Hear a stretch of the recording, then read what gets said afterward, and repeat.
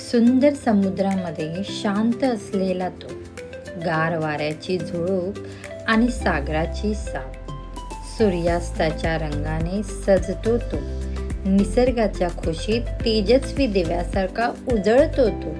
त्याच्या पराक्रमाची कथा आजही महाराष्ट्रात गुंजते. असा तो रत्न आज आपण बघायला जातो.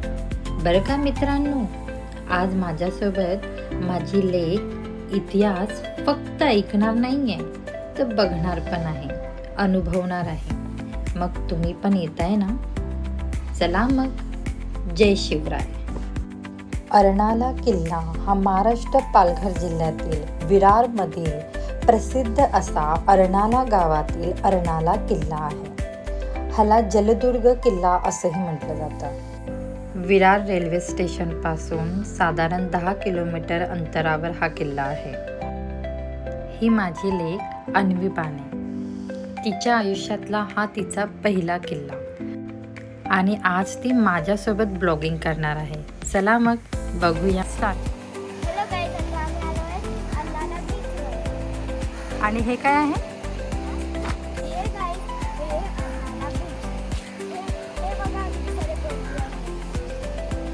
अर्नाळा किल्ल्यावर आज आपण बोटीने जाणार आहोत. मग येतात ना माझ्यासोबत किल्ला बघायला? चला मग.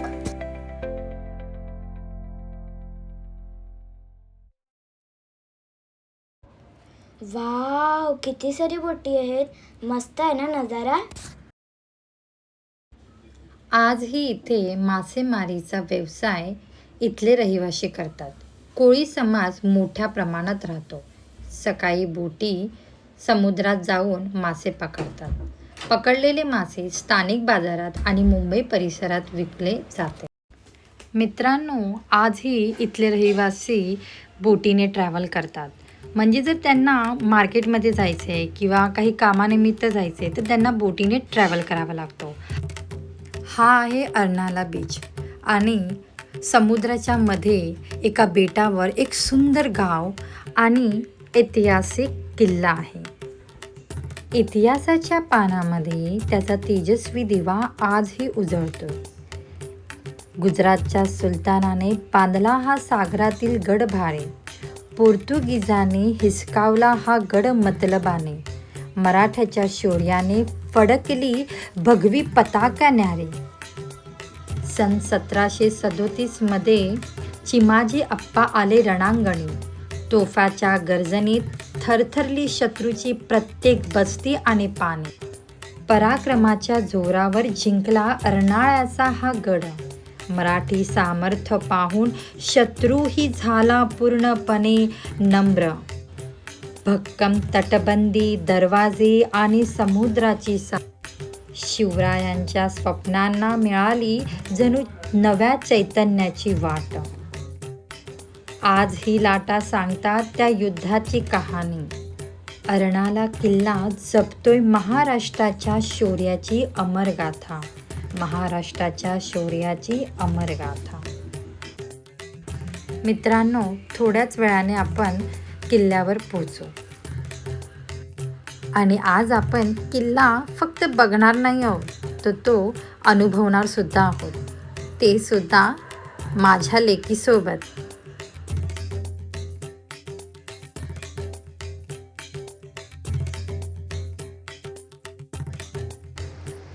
बोटीमध्ये असताना एक काकी भेटली आणि तिने आम्हाला किल्ल्याबद्दल खूप सारी माहिती दिली.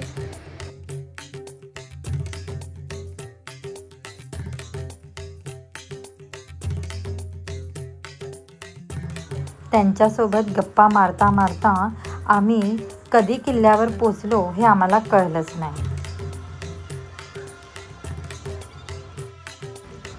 इथली माणसं खरंच खूप छान आहेत आणि हेल्पफुल आहेत. अननोन पर्सनला अतिथी देवो भव हे ह्यांच्याकडून शिकायला हवं. तुमचं माहेर इथलंच आहे? Love marriage? खूप मोठं गाव आहे ना.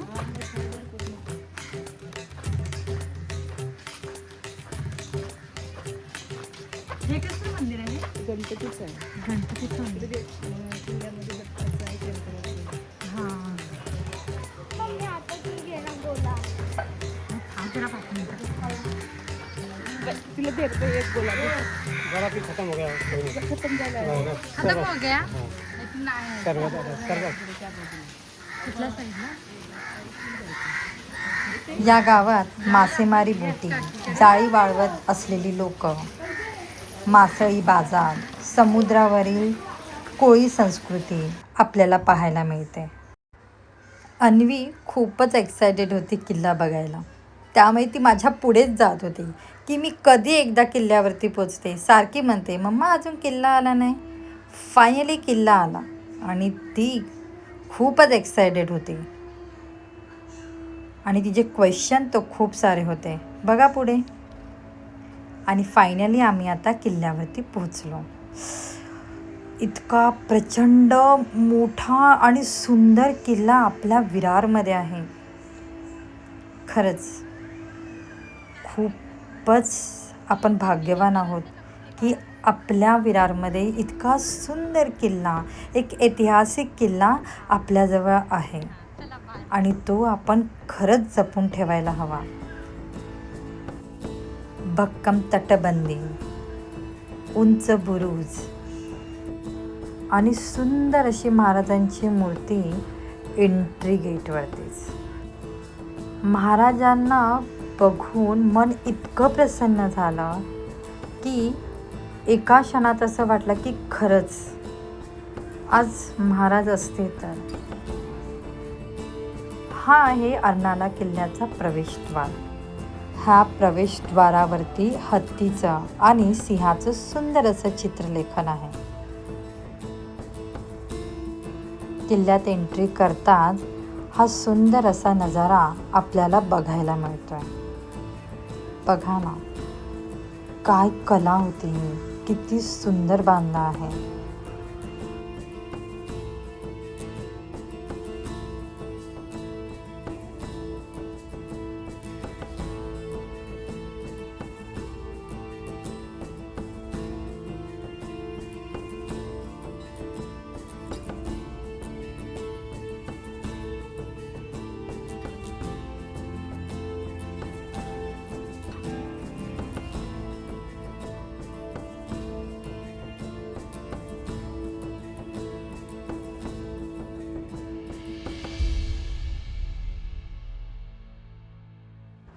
मी तर हे सगळं बघून इतकी भावुक झाली ना की अक्षरशः या किल्ल्याच्या प्रेमात पडली आहे. मित्रांनो, तुम्ही जर इथे आला नसाल तर तुम्ही नक्की या आणि तुम्ही प्रत्यक्ष तुमच्या नजरेने हे सुंदर देखावा बघा. सन 1516 गुजरातच्या सुलतान महमूद बेगाडा यांनी हा किल्ला बांधला. हा किल्ला वैतरणा नदीच्या मुखाजवळ असल्यामुळे समुद्री व्यापार आणि संरक्षणासाठी अत्यंत महत्त्वाचा होता.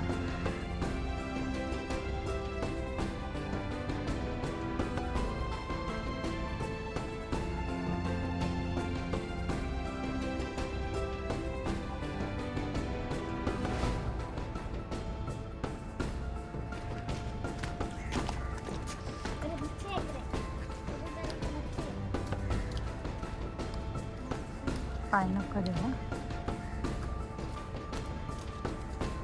आरामात चढ हा अन्वी. तसं नाही, पटकन पुढे हे वगैरे असेल.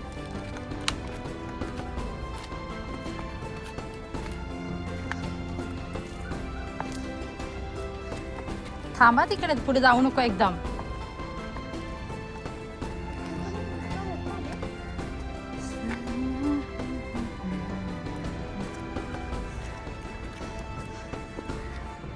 खाली बाग, त्याच्यासाठी मी तुला बोलले. थांबायला पण नाही लागलं. मला तो बाबा इकडेच घेतली होती. बाईकने जाऊया. जाऊ शकतो आपण. जाऊया ना, आवाज येतोय. थांब ना.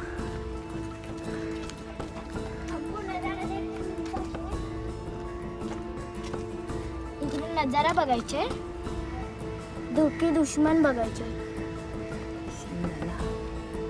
पाहिले ना मित्रांनो, अन्वीचे किती सारे क्वेश्चन्स आहे. हे बघ इकडे हे बॉम्ब ठेवायचे मला. काय पण मग बोलले तरी नाही, काहीतरी असेल मे बी. एका क्षणात मीही शांत झाली. बाबा इथे किती सारे क्वेश्चन्स आहेत आणि मी हिला कसे आन्सर देणार आहेत माहीत नव्हता. इथे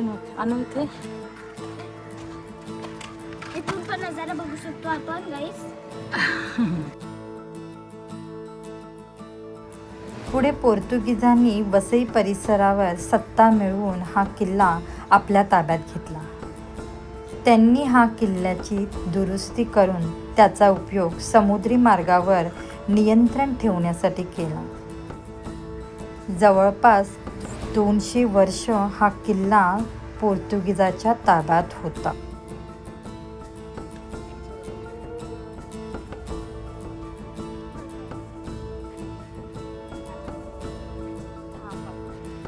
मम्मी, हा किल्ला मराठ्यांनी कधी जिंकला आणि कसा जिंकला? हा कोणाच्या थ्रू जिंकला? बघ, 1737 मध्ये मराठ्यांचे पराक्रम सरदार चिमाजी अप्पा यांनी पोर्तुगीजाविरुद्ध मोहीम उघडली. मराठ्यांच्या सैन्याने अर्नाला बेटावर हल्ला करून आपल्या जीवाची पर्वा न करता हा अखंड जलदुर्ग जिंकला.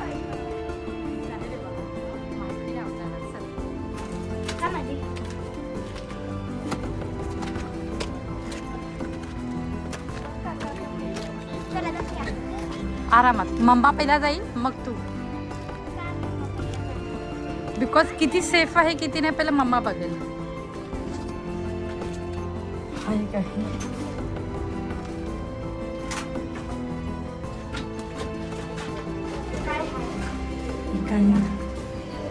हे आपण जो आलो ना रस्ता, हा ते बघ ते काका बसले. काका काका ओ काका, वरती बघ काका.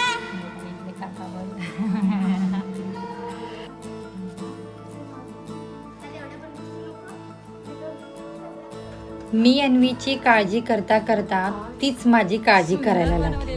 माणूस तिकडं बघू शकतो, खतरनाक आहे.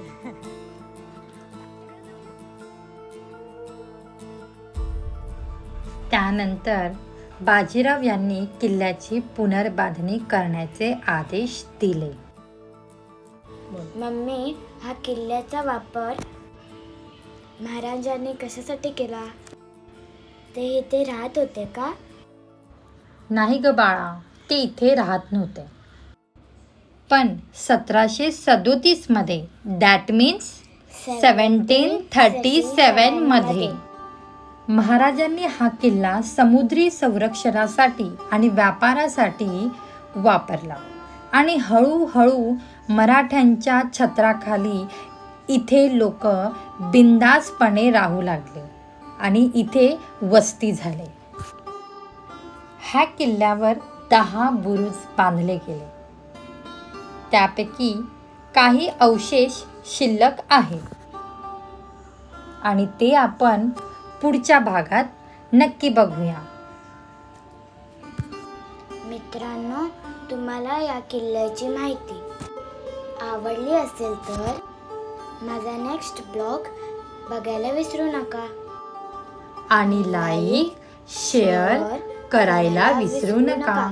जय शिवराय.